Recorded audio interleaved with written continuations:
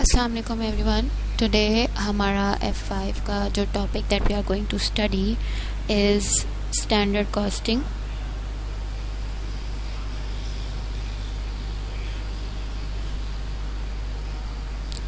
अच्छा, basically this topic is the background for the variances topic. So before we move on to the calculations or we move on to the assessment of calculations, हमें सबसे पहले ये सीखना है कि what is the logic behind the variances. तो उसके लिए we need to learn about standard costing, कि standard costing basically होती क्या है और इसके पीछे क्या logics होती है. अच्छा, let's move on to the basic definition of a standard cost. The standard cost is basically an estimated unit cost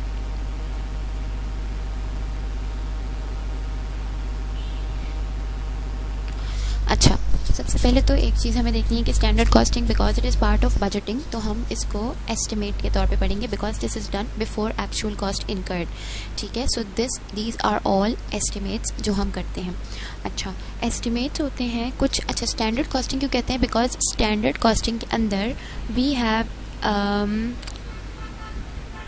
cost element के अंदर कुछ स्टैंडर्ड्स होते हैं.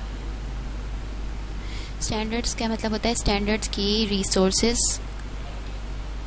जिनकी प्राइसेस होती हैं combined with the usage of those resources. For example, अगर हम एक प्रोडक्ट बना रहे हैं, उसके अंदर फॉर एग्ज़ाम्पल हमारी एक रिसोर्स लग रही है जिसको हम कहें लेबर. ठीक है, लेबर इज़ आर रिसोर्स.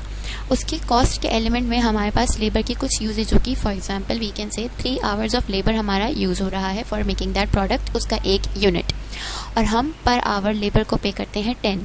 ठीक है, सो टोटल हमारे पास 10 इंटू 3 30 जो है that forms the labour cost for our standard labour cost for 1 unit of a certain product.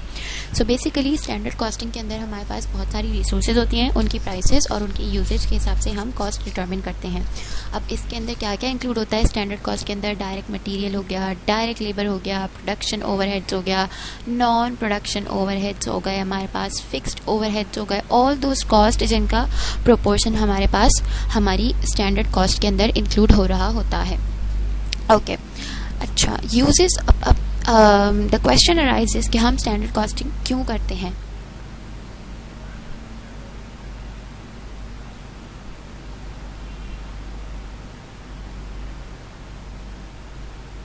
ठीक है, स्टैंडर्ड कॉस्टिंग के यूजेस या स्टैंडर्ड कॉस्टिंग को कैलकुलेट करने के पीछे what is the reason behind this calculation.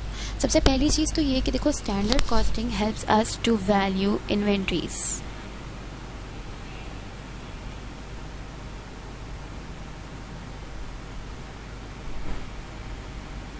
हमारे पास इन्वेंट्री वैल्यूएशन के बहुत सारे तरीके हैं, जैसे कि वी नो दैट हम इन्वेंट्री वैल्यू करते हैं फीफो मेथड, लीफो मेथड, एफको method. But LIFO because it is not allowed, तो we usually use FIFO method and एफको मेथड. तो स्टैंडर्ड कॉस्टिंग मेथड जो होता है वो उनका अल्टरनेटिव होता है. फिर उसके बाद the second use is to budget production cost.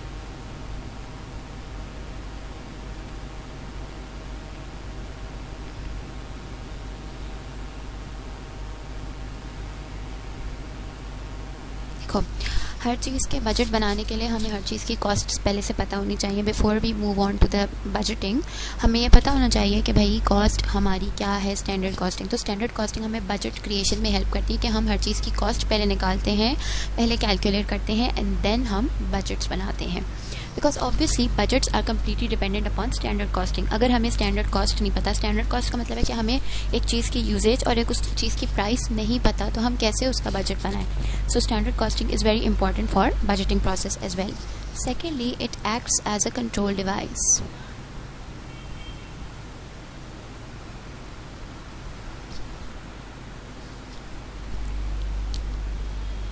Okay, control device का मतलब ये होता है कि देखो हमने कुछ स्टैंडर्ड सेट कर लिए होते हैं अपने लिए, हमारी जो अपने एक्सपीरियंस, अभी हम देखते हैं कि हम कैसे स्टैंडर्ड सेट करते हैं, वो हम अभी we will move on further into the details of setting standards. लेकिन अभी हम थोड़ा सा आइडिया ले लेते हैं कि हम जैसे स्टैंडर्ड सेट कर लेते हैं और एक्चुअली में जो अकर हो रहा होता है, तो उन दोनों को कंपेयर करके देखते हैं कि एक्चुअली हम अपने स्टैंडर्ड के मुताबिक चल रहे हैं या नहीं। If your standard is quite accurate it means, and your actual is deviating from your standard it means that you are lacking somewhere, ठीक है। And if your standard and if you are deviating constantly then there might be a room for improvement in your standard as well. So it acts as a control device कि आप अपने actual cost को या actual जो भी usage है, efficiency है, जो भी चीज़ है, उस चीज़ को कंपेयर करते हो जो आपने स्टैंडर्ड बनाया होता है उससे, ठीक है।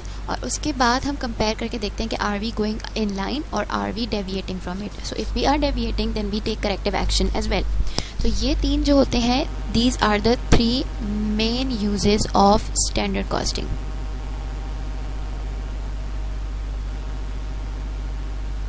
ठीक है। अब कुछ सेकेंडरी यूजेस भी होते हैं that we are going to change colour before writing, because obviously हर चीज़ की कुछ लिमिटेड यूजेस तो नहीं होते, we have quite a lot of other uses as well. तो उसका दूसरा ये यूज़ ये होता है कि to evaluate managerial performance.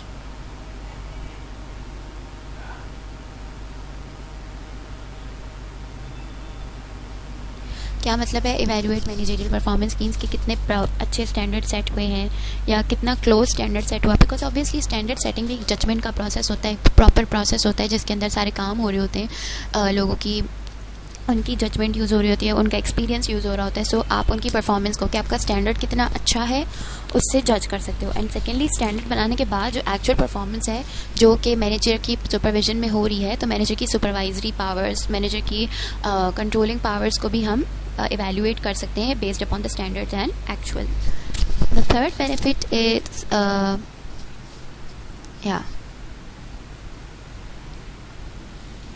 for decision making. जब हम फ्यूचर कॉस्ट वगैरह की प्रिडिक्शन कर रहे होते हैं तो हमें फ्यूचर में डिसीजन मेकिंग में हेल्प होती है कि अगर कॉस्ट फॉर एग्जांपल इंक्रीज़ हो रही है या डिक्रीज़ हो रही है तो हम उसको किस तरह से कंट्रोल करें, या अगर वट एवर इज़ हैपनिंग, या हम should we continue with the same methodology और should we change the methodology. So these are all helpful in decision making as well.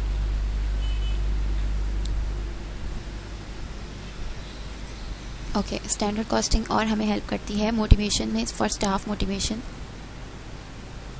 Definitely आपको जो है वो एक चैलेंजिंग टारगेट मिला हुआ है कि आपने एक स्टैंडर्ड कॉस्ट के विद इन द लिमिट्स रहना है, अपनी एक्चुअल एक्टिविटी को कंट्रोल रखना है, एक्चुअल कॉस्ट को। सो बेसिकली मोटिवेटिंग होती है एम्प्लॉयज़ के लिए कि उनको एक टारगेट मिला हुआ है, उनको एक क्या कहते हैं, उनको एक गोल मिला हुआ है टू अचीव। देयरफॉर वो एक मोटिवेशनल टूल होता है for the employees and for the managers as well. Third, it helps to improve efficiency.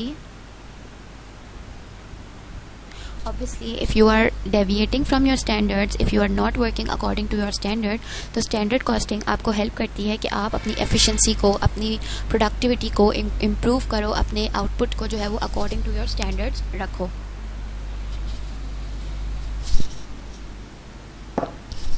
Alright, one of the major benefits is it helps to do management by exception. ये standard costing हमें help करती है। अच्छा, इसका मतलब क्या होता है कि देखो स्टैंडर्ड कॉस्टिंग जो है वो हम एवरेज कॉस्ट एस्टिमेट कर रहे हैं, एवरेज यूनिट कॉस्ट हम एस्टिमेट कर रहे हैं, ठीक है। इन रियलिटी कुछ डिफरेंसेस होंगे, but the management by exception is कि कुछ डिफरेंसेस की गुंजाइश ऑलरेडी होती है। ऑब्वियसली भी नो कि ये एस्टिमेट्स हैं तो एक्चुअली थोड़ा सा डेविएटेड होगा, एग्जैक्टली वही नहीं होगा। सो मैनेजमेंट बाय एक्सेप्शन में ये होता है कि हम अपना टाइम वेस्ट नहीं करते स्मॉल डिफरेंसेस के ऊपर, इंस्टेड जो मेजर डिफरेंसेस होते हैं, जो मेजर डेविएशंस आ रही होती हैं, उनके ऊपर हम फोकस कर रहे होते हैं। सो बेसिकली क्या होता है कि मैनेजमेंट को पता लग जाता है कि आपकी कौन सी चीज़ें हैं जो स्टैंडर्ड कॉस्ट से बहुत ज़्यादा डेविएट करी हैं और कौन सी चीज़ें हैं जो स्टैंडर्ड कॉस्ट के करीब करीब है, means they are not very deviating. तो मैनेजमेंट उन चीज़ों पे काम करें जो कि बहुत ज़्यादा अलार्मिंगली डेविएटेड होते हैं from their standards, rather than working और wasting time on things that are not too crucial. Okay, अच्छा, ये तो सारी चीज़ें हैं जो हम पढ़ रहे हैं, जो मेजर बेनिफिट्स हमने डिस्कस किए। These were the 3 above, the blue ones are the major main benefits and the green ones, these are 5, these are the secondary uses of standard costing. अच्छा, अब जो हम इस चैप्टर के अंदर कंटिन्यू करेंगे वो बेसिकली इस चैप्टर और फर्दर जो हमारी वीडियोस होंगी वो बेसिकली हमारे एक जो है वो इस चीज़ के ऊपर बेस्ड होंगी, to act as a control device. जो हम वेरिएंसेस वगैरह पढ़ेंगे तो बेसिकली हमें ये सारी चीज़ें पता होनी चाहिए for MCQs, for theoretical MCQs, but the actual calculation part, the part that we are going to further study in detail is this one, that is it will act as a control device.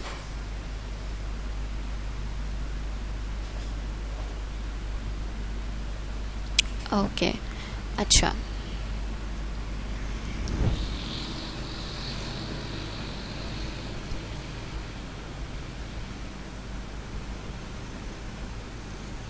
Control device का क्या मतलब हमने भी discuss किया कि control device होता है कि ये हम स्टैंडर्ड्स को और हम एक्चुअल को कंपेयर करते हैं। For example this is standard x, standard cost ये है, एक्चुअल कॉस्ट ये है, इन दोनों के बीच में जो डिफरेंस होगा उसको हम कहते हैं वेरिएंस। अब ये वेरिएंस हमारी फेवरेबल भी हो सकती है, अच्छी पॉजिटिव भी है, मीन्स कि आपका स्टैंडर्ड जो है वो आपके स्टैंडर्ड से बेहतर आपने परफॉर्म किया, means you are having a difference which is favourable. इसका मतलब ये होता है कि management should not work on the favourable difference. Definitely आप अच्छा ही परफॉर्म करो, so you should not need to work on it. और कभी कभार ये डिफरेंस जो होता है या ये वेरिएंस जो होती है वो एडवर्स होती है, मीन्स इट इज़ नेगेटिव और it is not a good sign. So whenever we have an adverse variance and whenever we are working, whenever your actual results are not in line or are not in line with your standard results and you are performing negatively, then you need to investigate the adverse variances. Okay, so let's move on. Alright, एक चीज़ है जो कि हमें disclaimer जो है before we move on कि हम standard setting कैसे करते हैं उससे पहले हमें डिस्कस करनी है, दैट इज़ कि स्टैंडर्ड कॉस्टिंग टेक्निक सिर्फ तब यूज़ होती है जहाँ रेपिटेटिव टास्क होते हैं या जो चीज़ आपका नॉर्मल प्रोडक्शन होती है, जनरल प्रोडक्शन प्लान होते हैं। वाई? बिकॉज देखो स्टैंडर्ड कॉस्टिंग के अंदर हम जो है वो बजट्स बना रहे होते हैं, हम यूनिट कॉस्ट एस्टिमेट कर रहे होते हैं, तो मैनेजमेंट और लोग जो है वो एस्टिमेशंस उन्हीं चीज़ों की लगा सकते हैं जो वो नॉर्मली कर रहे होते हैं। कोई नई चीज़ आप करने जा रहे हो, you can not estimate anything regarding that, but once something is repetitive तो आपको पता है कि आप उसमें कितनी लर्निंग कर सकते हो, उसकी कॉस्ट आपको कितनी पड़ती है, आपको उसके लिए कितना मटेरियल चाहिए होता है या उस मटेरियल में कितना वेस्टेज हो जाता है। So everything that occurs in standard costing has to have some experience and some knowledge beforehand, तो तभी हम कुछ आगे फर्दर एस्टिमेशंस लगा सकते हैं।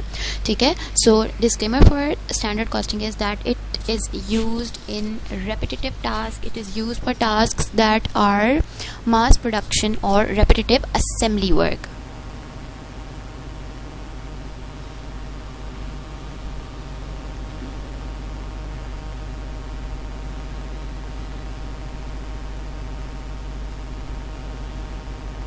ठीक है, सो जो टास्क वन टाइम होते हैं या जो जॉब प्रोडक्शन वगैरह होती है तो उसके लिए standard costing is quite sort of, you can say it is not a suitable method और an appropriate method, because standard costing हम करते ही फ्लो प्रोडक्शन, मास प्रोडक्शन वगैरह के लिए है।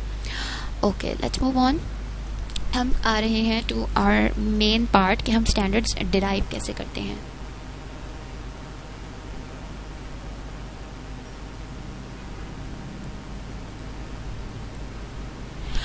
अच्छा, द फर्स्ट फॉर एग्जांपल अब हम क्योंकि हम स्टैंडर्ड्स पूरी एक यूनिट का डिराइव करेंगे तो हम उसके लिए क्या करते हैं कि हम अपनी जो कॉस्ट है उसको हम ब्रेक कर लेते हैं डायरेक्ट मटेरियल में, डायरेक्ट लेबर में और अभी ओवरहेड्स में। ठीक है, आगे जैसे बढ़ते जाएंगे so we will have a clear idea.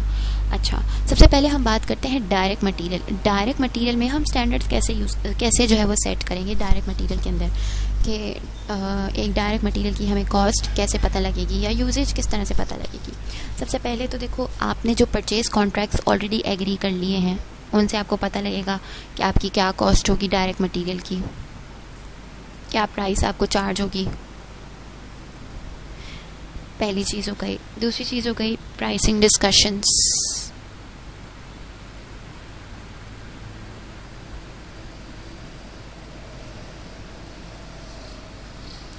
With regular suppliers. देखो आप अपने सप्लायर्स के साथ कंटिन्यूसली डिस्कस कर रहे होते हो कि प्राइसिंग, ऑब्वियसली देखो हर कोई प्राइस बढ़ाता है, कम करता है, डिस्काउंट्स लगा रहा होता है, जो भी होता है. So you are always in contact with your suppliers कि आप उनसे पूछो कि इवन वी एज इंडिविजुअल्स हम फ़ौरन जिस चीज़ पे हमारी like something if we like and it is expensive तो हम फ़ौरन उसको फॉलो कर रहे होते हैं कि जैसी सेल लगेगी we are going to buy that thing. Similarly जो बिजनेसेस होते हैं वो अपने सप्लायर्स के साथ डायरेक्टली कॉन्टैक्ट में होते हैं, प्राइसेस नेगोशिएट हो रही होती हैं मुस्तकिल. सो प्राइसिंग डिस्कशंस जो आप अपने सप्लायर्स के साथ कर रहे होते हो तो आपको भी एक आइडिया हो जाता है कि आपका सप्लायर किस हद तक आपको जो है वो कम कर देगा या वो किस हद तक इंक्रीज़ करेगा अपनी प्राइस. तो आपको प्राइसेस का आइडिया जो है वो अपने डिस्कशंस के साथ भी हो जाता है. Obviously you can not predict exactly with the price that your supplier is going to charge, but एक आइडिया आपको हो जाता है, आपको एक प्रिडिक्शन, एक एस्टिमेशन आपको पता लग जाती है. Okay, the third is forecast movement of prices in the market.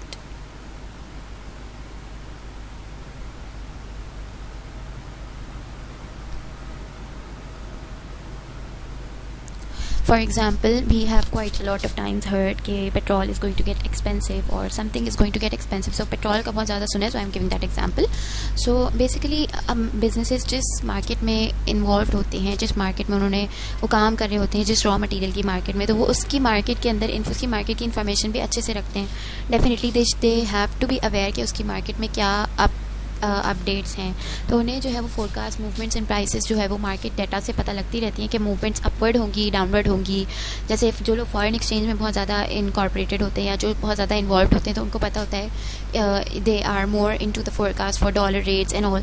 So definitely जो भी आपका रॉ मटेरियल होगा, जो भी आपका वर्किंग एनवायरनमेंट है जिसमें आप जिस चीज़ में आप डील कर रहे हो, तो आप उसकी मार्केट के अंदर इन होते हो, उसकी मार्केट के अंदर इन्वॉल्व होते हो. So you know the forecast movements in the prices of goods and services.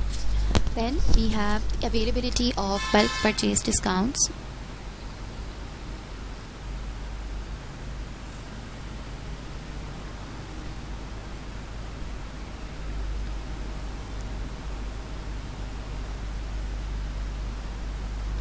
Okay.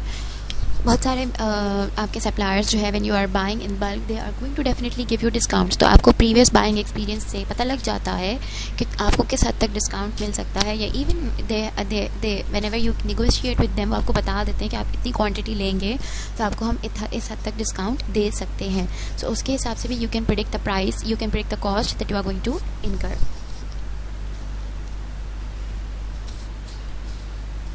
Okay, so these are the four. This is not an exhaustive list. Definitely एक कुछ 4 suggested तरीके हैं जिससे पता लग जाता है कि आपको रॉ मटेरियल की क्या प्राइस पड़ेगी. Okay. अच्छा, एक चीज़ होती है डिसीजन जो हमें प्राइस इन्फ्लेशन से लेना पड़ता है.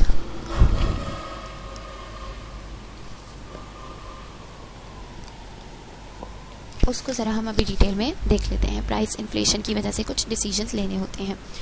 अगर हम देखो फॉर एग्जांपल टुडे, आज है 1 जनवरी 2000, ठीक है, और हम पूरे साल का बना रहे हैं, तो हमारे पास एंड डेट होगी 31 दिसंबर 2000, ठीक है. This is our accounting year.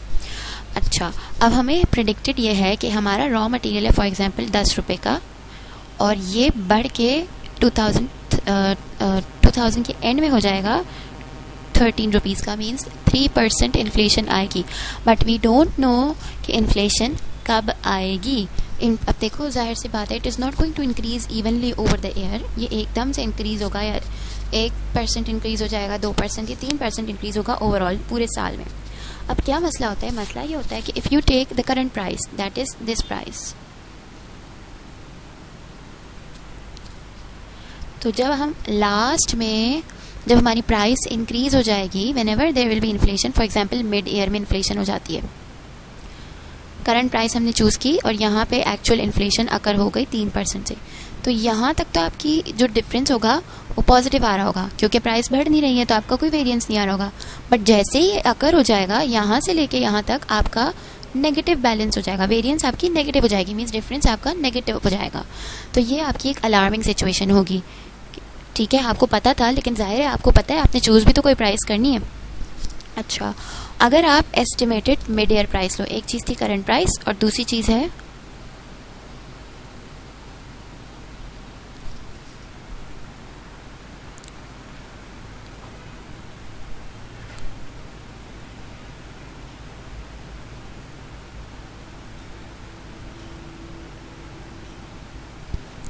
Again.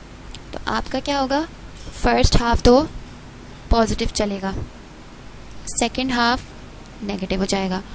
तो दोनों में एक ही प्रॉब्लम ये है, if you are going to take the current price और इन्फ्लेशन बाद में होती है, आप एवरेज प्राइस भी लो, तो शायद फर्स्ट हाफ में आपका बहुत पॉजिटिव चल रहा हो या सेकंड, हाँ इधर देखो फर्स्ट हाफ में ज़रूरी नहीं है पॉजिटिव हो, इधर आपका कोई नेगेटिव ज़ीरो बैलेंस भी हो सकता है।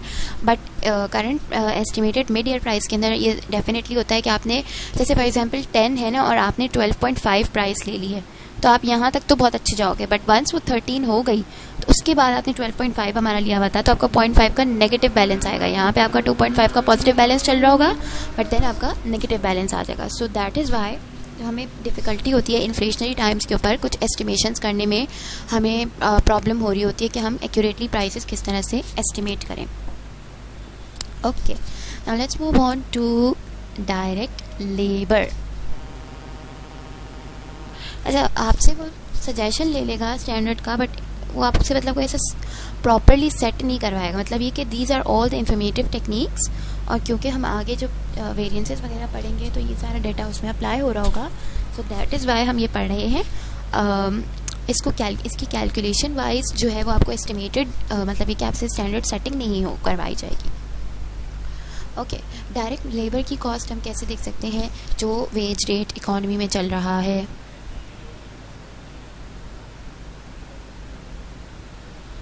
दूसरा आपका अपना पेरोल रजिस्टर, ठीक है, उससे भी आप देख के अंदाज़ा लगा सकते हो कि क्या प्राइस आपको चार्ज करनी या क्या लेबर कॉस्ट आपको इनकर करनी पड़ेगी। ठीक है, आपके एम्प्लॉयज़ का आपका जो पेरोल रजिस्टर होता है वो ऑलरेडी जो है वो उसके अंदर उसके आवरली रेट, वेज या फिर एवरेज आवरली रेट हो या सैलरी हो या आपका जो है पीस रेट होता है, वो already different types of labour के लिए ऑलरेडी प्री डिटर्मिन्ड होता है। तो उसके लिए आपको आसानी हो जाती है कि आप कितने पेरोल रजिस्टर से डायरेक्ट लेबर की कॉस्ट एस्टिमेट कर सकते हो। दूसरी बात ये कि एनी एग्रीमेंट्स मेड, यानी कि आपने पेरोल रजिस्टर देखा है फॉर एग्जांपल 2011 का, 2001 का, आप एस्टिमेट्स बना रहे हो 2002 के लिए, और आपने अपने एम्प्लॉयज़ के साथ एग्रीमेंट किया हुआ है कि हर साल आप 5% उनकी वेज को इंक्रीज़ करोगे। So what are you going to do is कि उनका आर्ली रेट जो है वो for example if hourly rate for 2001 was $20, तो आप उसको 5% से इंक्रीज़ करवा के जितना भी होगा ₹1 होगा आई थिंक, तो $1 से इंक्रीज़ हो जाएगा। So the hourly rate for 2022 will be $21। सो क्या मतलब ये होता है कि आपने कोई प्री सेट एग्रीमेंट्स किए हुए होते हैं अपने वर्कफोर्स के साथ, कोई आपने उनके एम्प्लॉयमेंट कॉन्ट्रैक्ट के अंदर लिखा हुआ होता है ऑलरेडी कि हम इससे वेज रेट बढ़ाएंगे। तो ये सारा डाटा यूज़ करके आप अपनी लेबर की कॉस्ट को भी डिटर्मिन कर सकते हो।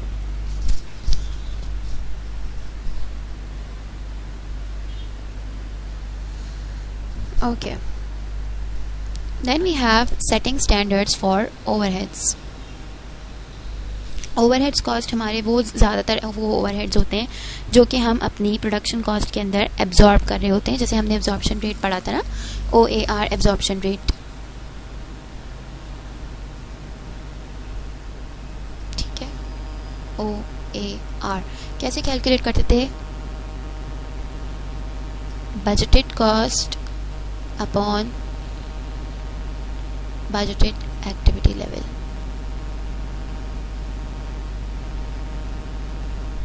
ठीक है, so all these things are used in your overheads calculation और setting standards for overheads as well. अच्छा, अब हम इसके लिए क्या चीज़ें दो एस्टिमेट करते हैं ओवरहेड्स के लिए, बजटेड कॉस्ट और एक बजटेड एक्टिविटी लेवल। ये कॉस्ट तो आपको अपने प्रीवियस डाटा से मिल जाएगी, और कोई भी इन्फ्लेशनरी इफेक्ट होगा तो आप उसको इनकॉर्पोरेट कर दोगे। अब ये बजटेड एक्टिविटी लेवल या जिसको हम कह सकते हैं बजटेड वॉल्यूम, ये कैसे कैलकुलेट करते हैं। बजटेड वॉल्यूम हम कैसे सेट करते हैं, सबसे पहली प्रोडक्शन कैपेसिटी।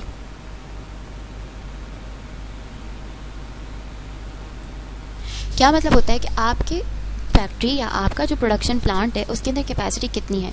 आपने budgeted activity levels for example ले लिए 90,000 ले लिए, बट एक्चुअली में आपकी कैपेसिटी है ही 80,000। सो दैट इज़ वाई हमें इन चीज़ों को देखना पड़ता है before we set the activity levels.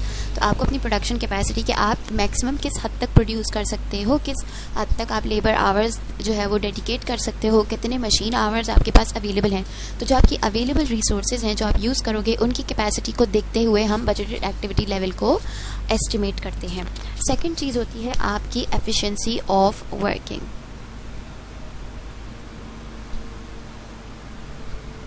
देखो, एक चीज़ हमने की थी कि हमने भी पिछले क्लासेस में पढ़ी था लर्निंग रेट। तो हमने ये देखा था फॉर एग्जांपल एक वर्कर जो है वो 1 घंटे में एक प्रोडक्ट बना रहा था, ठीक है, बट उसकी एफिशिएंसी बढ़ गई तो उसने अब वो प्रोडक्ट आधे घंटे में बनाना शुरू हो गया। सो 1 घंटे के अंदर वो 2 प्रोडक्ट्स बनाने लगा, राइट। सो एफिशिएंसी जो है वो वर्किंग की हमें एस्टिमेट करनी पड़ती है लर्निंग रेट के थ्रू। हमारी और डिफरेंट टेक्निक्स होती हैं, उनके थ्रू हम देखते हैं कि हमारी रिसोर्सेज कितनी एफिशिएंट हैं, तो उनकी प्रोडक्शन कैपेसिटी या उनकी प्रोडक्टिविटी किस हद तक इंक्रीज़ हो सकती है। सही है। So these are the 2 ways जिसमें हम बजटेड एक्टिविटी लेवल को एनालाइज करते हैं और उसको एस्टिमेट करते हैं for our overhead absorption rate. अच्छा, let's move on to budgeting standards for sales prices and margin.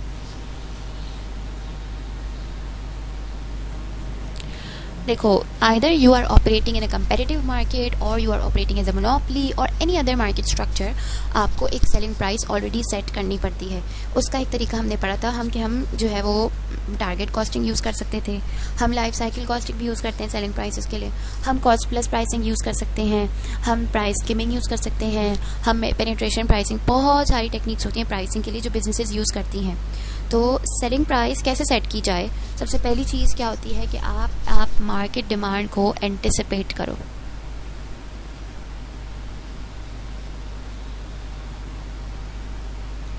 जितनी डिमांड होगी, जितनी इलास्टिक डिमांड होगी या इन इलास्टिक डिमांड होगी, उसके हिसाब से यूजुअली फर्म्स प्राइसेस सेट करती हैं। जैसे we know the basic concept कि अगर एक प्रोडक्ट की डिमांड इन इलास्टिक है, इन इलास्टिक का मतलब ये होता है कि अगर प्राइस में कोई चेंज आएगा तो डिमांड में एज सच कोई चेंज नहीं आएगा, बिकॉज वो प्रोडक्ट नेसेसिटी है या वो प्रोडक्ट ऐसी प्रोडक्ट है जो लोग किसी भी सूरत खरीदेंगे ही। सो उससे क्या इफेक्ट आता है? उससे ये इफेक्ट आता है कि ऐसे इन इलास्टिक प्रोडक्ट्स होते हैं तो उनकी जो है वो रेवेन्यू इंक्रीज करने के लिए फर्म्स उनकी प्राइसेस बढ़ा सकती हैं। But then there are some elastic products जैसे कि जो अपनी प्राइस से वेरी सेंसिटिव होते हैं, जिनकी डिमांड, जैसे for example designer dresses. If your designer dress is getting very expensive तो आप पॉसिबली अपनी डिमांड को फ़ौरन कट बैक कर लेते हो, because it is not something जिसके बगैर आप रह न सको, या डिज़ाइनर ड्रेस के बगैर सब लोग रह ही सकते हैं ऑब्वियसली। सो बेसिकली वो हाईली इलास्टिक प्रोडक्ट्स होते हैं। सो हाईली इलास्टिक प्रोडक्ट्स के लिए क्या होता है कि आप लो प्राइसेस सेट करते हो to achieve a higher total revenue. So आपको मार्केट डिमांड को एस्टिमेट करना होता है, जिसके अंदर हम डिमांड की इलास्टिसिटी को देख रहे होते हैं। इलास्टिसिटी प्राइस से भी देख रहे होते हैं, इनकम से भी देख रहे होते हैं, और क्रॉस इलास्टिसिटी भी देख रहे होते हैं। क्रॉस इलास्टिसिटी का मतलब होता है price as compare to the price of other goods. Okay, then हम ये देख रहे होते हैं कि आपकी मैन्युफैक्चरिंग कॉस्ट क्या है।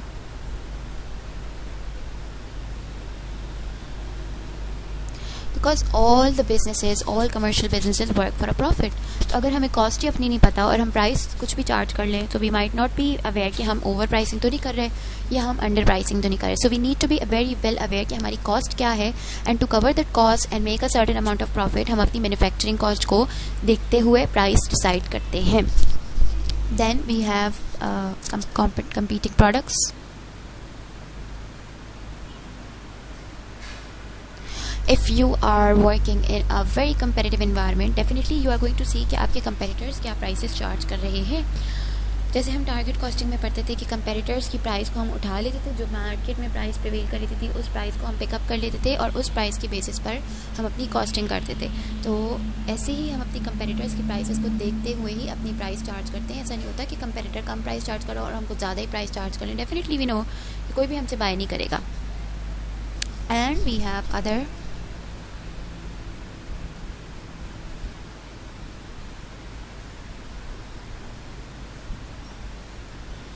Inflation estimates. डेफिनेटली अगर आपको लगता है कि आपकी कंट्री में इन्फ्लेशन आएगी तो आप अपनी प्राइसेस को in line with inflation definitely बढ़ाते हो, बिकॉज वी ऑल नो कि बिजनेसेस प्रॉफिट के लिए काम करिए और वो रॉ मटेरियल्स यूज़ करते हैं। तो अगर इन्फ्लेशन कंट्री के अंदर जनरली आ रही है तो बिजनेस के लिए रॉ मटेरियल्स भी एक्सपेंसिव हो जाएगा। So when your raw material is also expensive then you have to cover that expensivity by charging a higher price. तो आप अपनी प्राइस को इन्फ्लेशनरी इफेक्ट के साथ जो है वो अलाइन करते हुए चलते हो। Okay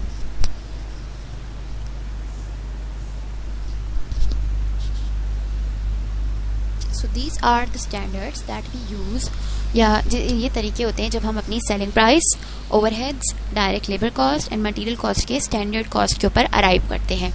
now we are moving on to the types of standards.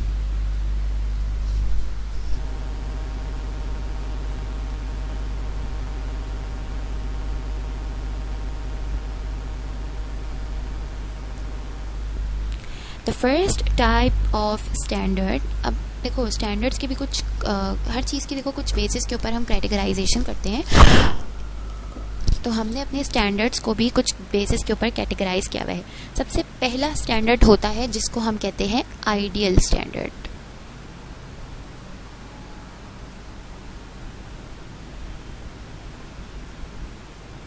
Ideal standard क्या होता है? आइडियल स्टैंडर्ड होता है विच कैन बी अटेन कर सकते हो under perfect conditions.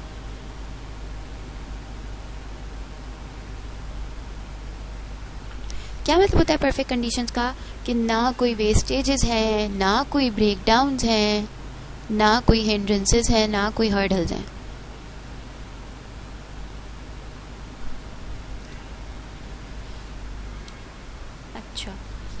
Ideal standards का बेसिकली हम इनको ये कह सकते हैं कि ये बहुत वेरी लॉन्ग टर्म होते हैं और डे टू डे एक्टिविटीज़ के लिए हम इनको एज्यूम नहीं कर सकते, क्योंकि देखो this is very normal to have wastages, it is very normal to have breakdowns. ऐसी कोई perfect operating conditions in reality exist नहीं करती जो कि आप डे टू डे उसमें यूज़ कर सकते हो। जाहिर सी बात है your worker might get tired तो वो ब्रेक ले लेगा, your machine might get broken down, जाहिर सी बात है your machine is not going to work for 24 hours without any stop, या अगर एक वीक चल भी जाएगी तो next week obviously it is going to break down. ठीक है, ऐसा नहीं हो सकता कि आपकी प्रोडक्शन प्रोसेस के अंदर कोई हर्डल्स ना आए, सब कुछ बहुत परफेक्टली चल रहा हो। सो आइडियल स्टैंडर्ड्स, और जैसे हम कहते हैं perfect life is non existing और it's just a concept, similarly ideal standard भी एक कॉन्सेप्ट है, it's not something that will happen in the real world. So these standards are not realistic. Unrealistic भी होता है और डीमोटिवेटिंग भी होता है। अगर अपने वर्कर्स को आइडियल स्टैंडर्ड सेट करके बोल दिया कि यही करो तो वो ये तो कभी भी अचीव नहीं कर सकते, और जब हमें पता है एक चीज़ अचीवेबल नहीं है, so we can not force our work force to work on that achieving that. Therefore ideal standards जो होते हैं या आइडियल स्टैंडर्ड्स जो होते हैं they are unachievable and very demotivating. So we are not required to make our workers work for ideal standards. Second type of standard होता है that is an attainable standard.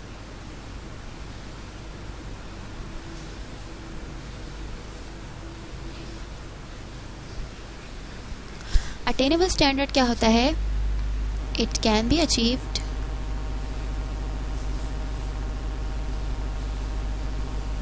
if production is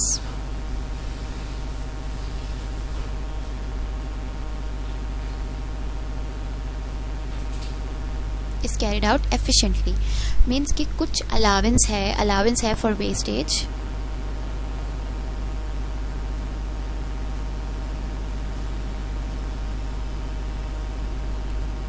यानी कि मसले मसाइल के लिए we have allowances. हम थोड़ी बहुत चीज़ों को, हम एक चीज़ को अलावेंस देते हैं, थोड़ी सी क्या कहते हैं स्ट्रिक्ट नहीं रखते, आइडियली हम उसको थोड़ा सा नॉर्मल, प्रैक्टिसेबल, रियलिस्टिक स्टैंडर्ड होता है ये थोड़ा सा, but you have to work hard to achieve that standard as well. अच्छा, ये कॉस्टिंग के लिए हो सकता है, कॉस्ट कंट्रोल, इन्वेंट्री वैल्यूएशन, इन चीज़ों के लिए ये काफ़ी अच्छा स्टैंडर्ड रहता है अटेनेबल स्टैंडर्ड, कि वो एक चीज़ है जो एक अचीवेबल है, although it will require some efforts to achieve, but it is achievable, means it is doable, unlike ideal standard. Okay, third type of standard is current standard.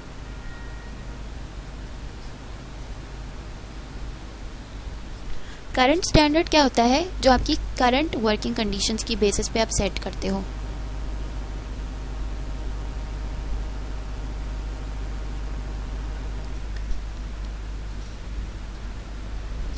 ठीक है, again these are achievable definitely, क्योंकि ये आपकी current conditions के ऊपर है, तो ये आप इजीली अचीवेबल होते हैं.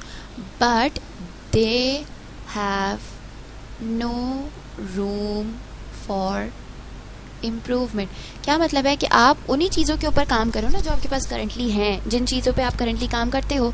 सो आप कोई अपने लिए आप कोई ऊपर का टारगेट, यानी कि आप अपनी जिस पोजीशन पे आप एक्चुअली हो, आप उससे आगे का टारगेट नहीं लगा रहे. You are just targeting yourself to current. यानी अगर इस मंथ आपकी प्रोडक्शन 10,000 यूनिट्स थी, तो आप अगले मंथ की प्रोडक्शन भी 10,000 यूनिट्स ही रख रहे हो. You are not making any improvement. So these standards current standards are not the standards that are quite improving or that are not quite क्या कह सकते हैं, पॉजिटिव साइन नहीं कह सकते, बस दे आर अचीवेबल, डूएबल. ये रिसेशनरी टाइम पीरियड में तो चलो ठीक है, समझ में आते हैं, बट ये ज़्यादातर बिजनेसेस रखते नहीं हैं, because the standards are not something कि जो आपको कुछ मोटिवेट करें, आपको प्रोडक्टिव करने में, आपके लिए कुछ नई इनोवेशंस लेके आए. नो, दी स्टैंडर्ड्स आपके बेसिक जो है आपके पास, बस उसी के ऊपर काम करते हैं. So they are not, you can not say कि this standard should be set. And the fourth type of standard is basic standard.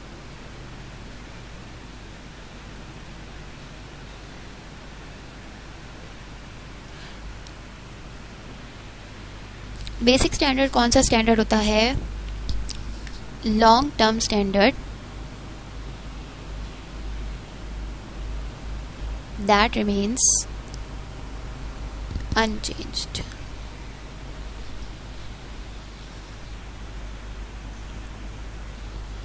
Very least useful. क्या मतलब है कि जैसे फॉर एग्जाम्पल इफ से कि हम जो है वो 3 सालों में, अगले 3 सालों में 3% मार्केट शेयर बढ़ाएंगे, तो अभी आपका स्टैंडर्ड जो है, आपकी कॉस्ट या जो भी आपका स्टैंडर्ड है, ये लॉन्ग टर्म है. आप इसको मतलब ये कि आपका ज़ाहिर है 1 ईयर के बाद भी ये स्टैंडर्ड चेंज नहीं होगा. सो ये लॉन्ग टर्म के लिए जो होता है, तो ये यूज़फुल नहीं होता इतना डे टू डे सेटिंग के लिए, क्योंकि हम स्टैंडर्ड कॉस्टिंग तो कर रहे होते हैं पर यूनिट, शॉर्ट टर्म के लिए कर रहे होते हैं. So these basic standards are not very useful for the long term purposes, but they do exist, but they are not useful and not very practicable. तो सबसे ज़्यादा प्रैक्टिसेबल स्टैंडर्ड जो है दैट इज़ आपका अटेनेबल स्टैंडर्ड, जो कि आप एक क्या कहते हैं, जिसको हम कह सकते हैं कि वो एक डुएबल चीज़ है, एक जिसको हम कह सकते हैं एक नॉर्मल चीज़ है, एक प्रैक्टिसेबल है, रियलिस्टिक है, जो कि अचीव करना चाहिए है. Okay, employ behaviour over certain standards.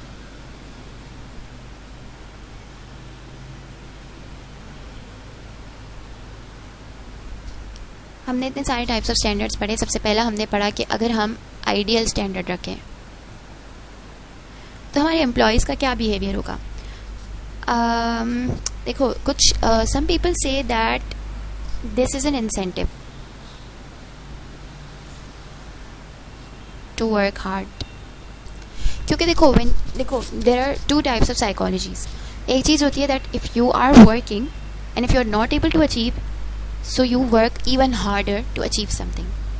ठीक है, that is a positive approach, optimistic approach. But the other approach is if you are working very hard for something and you are not able to achieve it, तो आप give up कर देते हो कि नहीं, ये हो ही नहीं सकता. सो अब आपके एम्प्लॉयज़ की मेंटालिटी के ऊपर डिपेंड करता है कि वो आपके इन स्टैंडर्ड्स को किस तरह से अज्यूम करते हैं. They can either be motivated और मोटिवेटिंग आपको एम्प्लॉयज़ को इंसेंटिव भी दे सकते कि वो मज़ीद बेहतर मेहनत करें, ज़्यादा हार्ड वर्क करें, या they may feel goals are unachievable.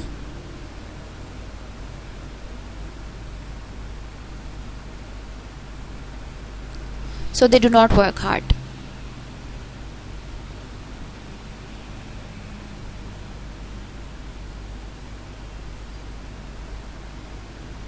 यानी कि they do not put any efforts to improve. वो काम ही नहीं करते ऐसा कि कुछ इम्प्रूवमेंट को पता है कि ये तो हो ही नहीं सकता, तो they do not work to improve it. और we usually say कि मैनेजमेंट को अपने एम्प्लॉयज़ के साथ ऐसे स्टैंडर्ड्स या ऐसे टारगेट्स रखने चाहिए जो उनके लिए हार्ड वर्क रिक्वायर करते हों, मेहनत रिक्वायर करते हों, but they should be achievable. ऐसा स्टैंडर्ड अगर आप अपने एम्प्लॉय को दे दो, ऐसा टारगेट दे दो जो उसके लिए अचीवेबल ही ना हो, so even if the employ is going to work hard they will still be very demotivated at the end of the day कि ये तो हुआ ही नहीं जो हमसे कहा गया था।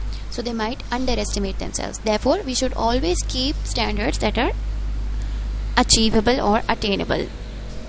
Okay,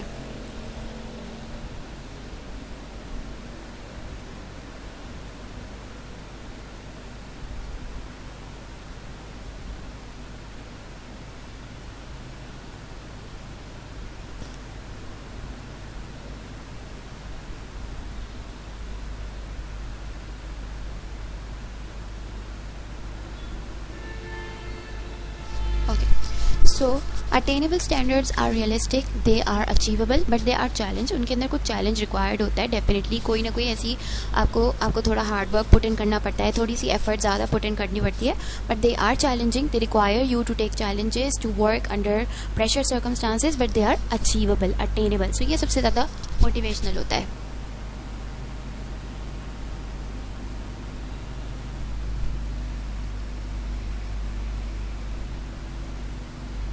Okay, let's move on to current standards.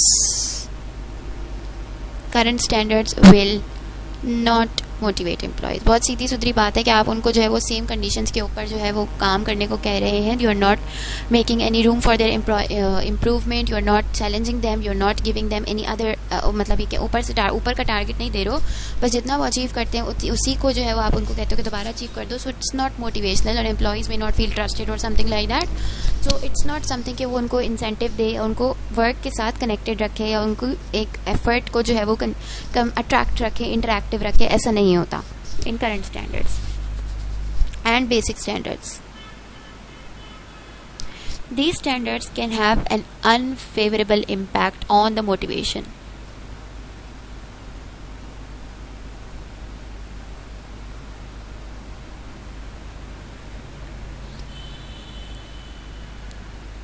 क्योंकि ये लॉन्ग टर्म होता है ना, तो आप ओवर टाइम जो है वो करते हो नहीं करते हो, मीन्स कि वो एक लॉन्ग टर्म टारगेट होता है ना जो आप अचीव करते हो। सो बेसिकली बेसिक स्टैंडर्ड जो होते हैं वो आप एम्प्लॉयज़ के साथ कम्युनिकेट नहीं कर रहे होते हो, उनके लिए डेली टारगेट्स, मंथली टारगेट्स होते हैं। लॉन्ग टर्म टारगेट्स होते हैं वो मैनेजमेंट के पास होते हैं, सीनियर मैनेजमेंट के पास, क्योंकि लॉन्ग टर्म टारगेट्स क्योंकि जब अचीव नहीं हो रही होती ना एक चीज़, हम बहुत ज़्यादा लोग रिजल्ट बेस्ड होते हैं, रिजल्ट ओरिएंटेड लोग होते हैं, उनको रिजल्ट्स फ़ौरन चाहिए होते हैं एम्प्लॉयज़ को। सो अगर उनको रिजल्ट्स नहीं मिल रहा होगा तो it will be very demotivating for them, तो वो इतना हार्ड वर्क करते नहीं हैं for basic standards. So basic standards are the standards that are for the management and not for the workforce. Okay, let's move on to control technique. हमने पढ़ा कि भाई बजटिंग जो स्टैंडर्ड कॉस्टिंग जो होती है वो एक कंट्रोल टेक्निक होती है।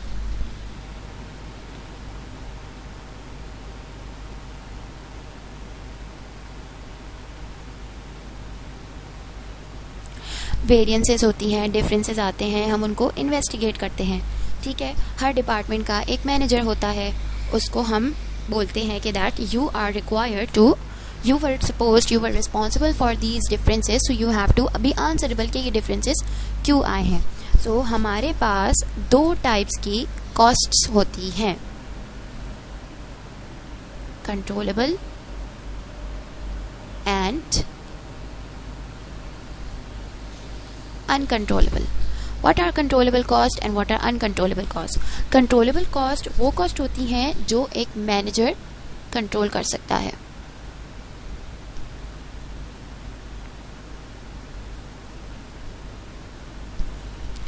इन्फ्लुएंस कैसे हो सकती हैं? For example variable cost, labour cost, material cost, ये सब चीज़ें जो होती हैं वो कंट्रोलेबल कॉस्ट होती हैं।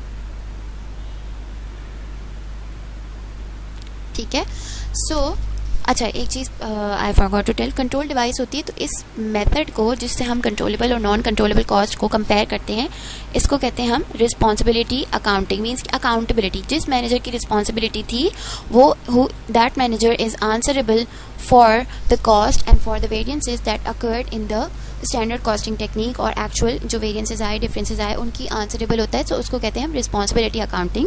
और रिस्पॉन्सिबिलिटी अकाउंटिंग हमें हेल्प करती है कि हम कंट्रोलेबल और नॉन कंट्रोलेबल कॉस्ट के अंदर डिफ्रेंशिएट करें, और मैनेजर से हम सिर्फ उन कॉस्ट का सवाल कर सकते हैं जो उसकी कंट्रोल में थी, जो उसके कंट्रोल में थी, जो जिनको वो इन्फ्लुएंस कर सकता था।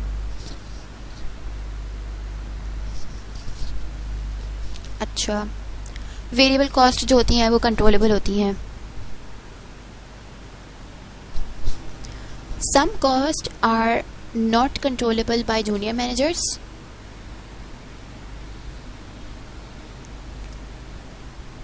but controllable by seniors.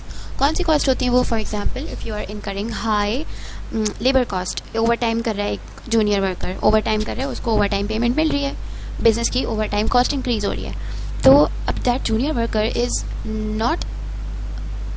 Not in the authority कि वो कुछ कर सके, उसके पास कोई और ऑप्शन ही नहीं है ओवर टाइम काम करने के अलावा। तो जाहिर सी बात है, he has no control overtime cost, but a senior manager has the opportunity, has the option कि वो और एम्प्लॉयज़ को हायर कर ले, तो वो ओवर टाइम पे करने से बच जाएगा। और फुल टाइम एम्प्लॉयज़ होंगे तो फुल टाइम पे, नॉर्मल आवर्स की पे is less than the over time पे। तो इट्स जस्ट एन एग्जाम्पल कि बहुत सारी कॉस्ट ऐसी होती है जो आपके जूनियर मैनेजर्स कंट्रोल नहीं कर सकते, सीनियर मैनेजर्स कंट्रोल कर सकते हैं। So you will not ask the junior managers for those cost, you will ask the senior managers for those cost. तो कुछ कॉस्ट होती हैं जो सब कंट्रोल कर सकते हैं, कुछ कॉस्ट होती हैं जो सीनियर मैनेजर्स कंट्रोल कर सकते हैं, जूनियर मैनेजर्स के लिए अनकंट्रोलेबल होती हैं। So uncontrollable costs basically are those costs that can not be influenced.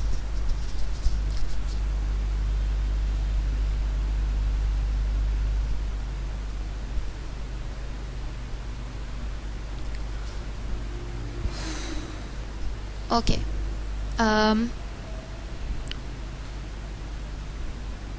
Uncontrollable cost में usually fixed cost आती हैं, ठीक है। फिक्स कॉस्ट जो होती है that are committed, and there are other fix cost जिनको हम कहते हैं डिस्क्रिशनरी। कमिटेड फिक्स कॉस्ट कौन सी होती हैं? कमिटेड फिक्स कॉस्ट होती हैं जो कि आपने for example possession of a plant और मशीनरी, या कोई लोन आपने ले लिया है जो कि अब है,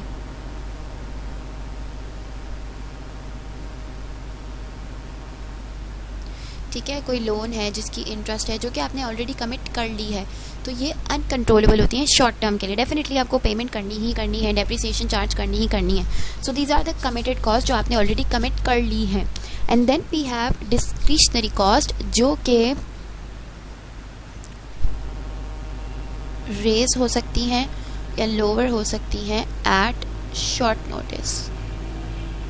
डिस्क्रिशन का मतलब होता है कि एक सर्टेन बंदे की डिसीजन या अपनी पावर में होना, थोड़ा बहुत पावर में होना। जैसे एडवर्टाइजमेंट तो करनी है, एडवर्टाइजमेंट की कॉस्ट तो होगी, that is a fix cost that you will इनकर, बट कितनी करनी है वो आपकी डिस्क्रिशन पे होता है कि आप कितना बजट रखो एडवर्टाइजमेंट का।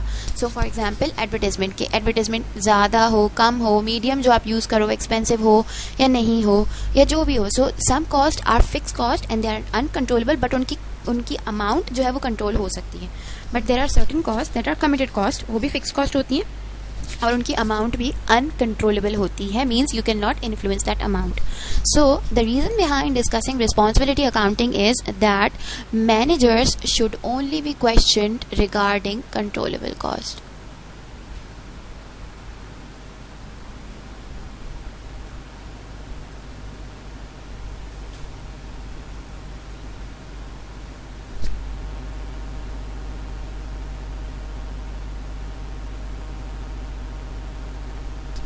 ठीक है, they can not be asked about uncontrollable cost. अगर आप एक अपने मैनेजर को अनकंट्रोलेबल कॉस्ट के बारे में भी डांट दो या उससे क्वेश्चन कर लो जिसका उसके पास जवाब ना हो, तो ये उनको बहुत डिमोटिवेट कर देता है कि why are the seniors asking us about something that is not in our control.